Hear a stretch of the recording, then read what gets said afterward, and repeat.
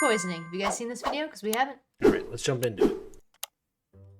All right, so, well, I guess I'm just gonna go ahead and tell another poop story. I don't know what you guys thought you signed up for when you subscribed to this channel, but I got a lot of poop stories, what can I say? And this one in particular is about the first time that I got food poisoning. Now, this was years ago when I was in my early 20s and broke as hell. And when you're broke as hell, you tend to eat a lot of fast food. Now, I'm not gonna tell you which fast food place gave me food poisoning. I'm not gonna throw them under the bus because, well, you know what, to hell with it. It was Arby's. There, how do you like that? Kiss my ass, Arby's. I'm not gonna name any Goddamn names, beef but it and was cheddars Arby's. Gave me a bad case of the poops. To the legal staff of Arby's Incorporated, Brewstew Films apologizes in advance for slandering your ass 6 ways to Sunday in this shitty stick figure cartoon. Please don't sue the shit out of us. Sincerely, Brewstew Films' robust legal team of Harvard lawyers. Okay, so Nice. like I was saying, I ate a Even very with the delicious watermark. but very tainted beef and cheddar sandwich from Arby's. And this naturally gave me a very bad case of the poops several hours later. Now, what do I mean by a very bad case of the poops? Well, if you've ever read the classic Aesop's fable, The Boy Who Cried, I got a shit, and I got a shit right now, then you'll know exactly what I'm talking about. You see, what would happen for the next day and a half was that my stomach would be all like, and then I'd have precisely 14 seconds to find the nearest toilet before my asshole fell out and a river of shit destroyed the greater county area. Oh The thing is, my as soon as God. I reached the toilet, instead of shitting out a cascade of ickiness, all I could muster out would be like half a turd at the most. Oh, what the fuck? That was it? And this would repeat, oh, I don't know, every 20 minutes or so. Just over and over again. You know, stomach, bathroom sprint, and then squeaky fart, half a turd.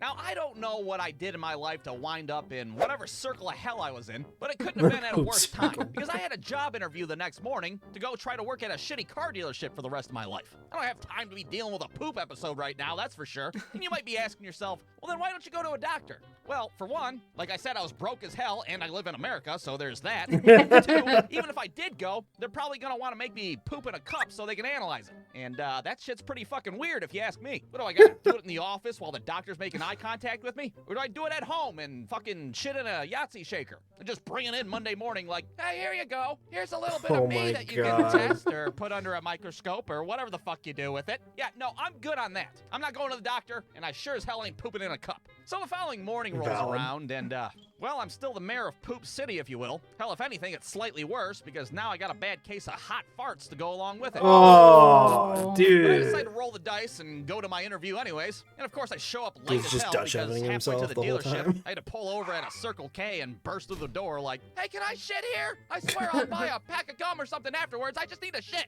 So I sit down for the first time with what would be my future boss. And at first I thought maybe I should like give him a warning shit. beforehand. Like, hey, real quick, if I bolt out of this office abruptly, it's not because I'm not interested in the position. I just don't want to shit myself in front of another grown man. You know what I mean? But I decided not to because, well, that would be weird. Now, the good part of this interview Yeah, was it's that a good it was thing you very told short. him. The bad part of this interview was that I totally crop dusted the office with hot farts the entire time. Oh, Any experience working at a dude. car dealership?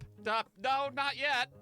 But I surely would like to. Oh, Yeah, that's jeez. weird. It suddenly smells like a Kmart in here. Anyways, we're gonna need you to take a drug test. Yeah, I can take a drug test. I can do it right now if it gets me out of here. So we conclude the interview, and I walk out of there before the fucking paint starts peeling off the walls. I show up for my drug test afterwards, still trying to keep my shit together both figuratively Yahtzee and shakers. literally. Yeah, hi, I'm here to poop in a cup, or pee in a cup. I meant pee in a cup. I don't poop in cups, okay?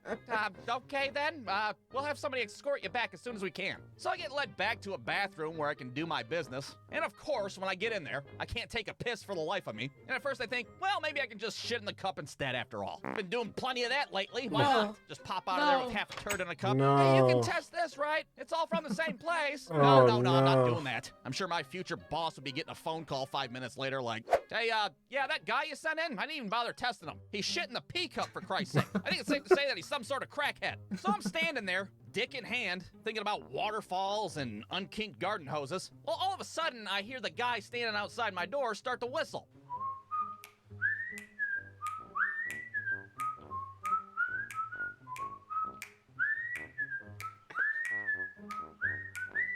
Well, that At first takes you I'm out like, of it, huh? God damn it, the fucking audacity this guy has to whistle at a time like this. But then suddenly, two things started to happen. One, I started to pee a little. Not much, but enough. And two, my stomach stopped making that sound, and the urge to poop suddenly faded away from me like, well, like a fucking fart in the wind.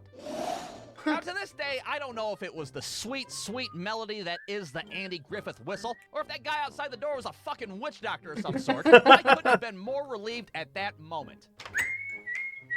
Here's my pee. I feel fantastic. So in the end, I survived the severe case of the poops. I got the job at the shitty car dealership, and I haven't had That's a solid. goddamn beef and cheddar since. The end. Damn. That's why you gotta cook your own beef and cheddars. You know? Yeah. Sometimes you have that bad experience and you just can't go back. That's why I haven't ordered food in ages. Because I've been disappointed countless times. Over and over And again. over and over again. That's right. All right. Sad. This is a downer, actually. It's very downer. Well, thanks so much for watching. If you like what you saw, please subscribe. If you have any suggestions, leave them in the comments, and we'll see you in the next one. Yeah, see ya. Bye.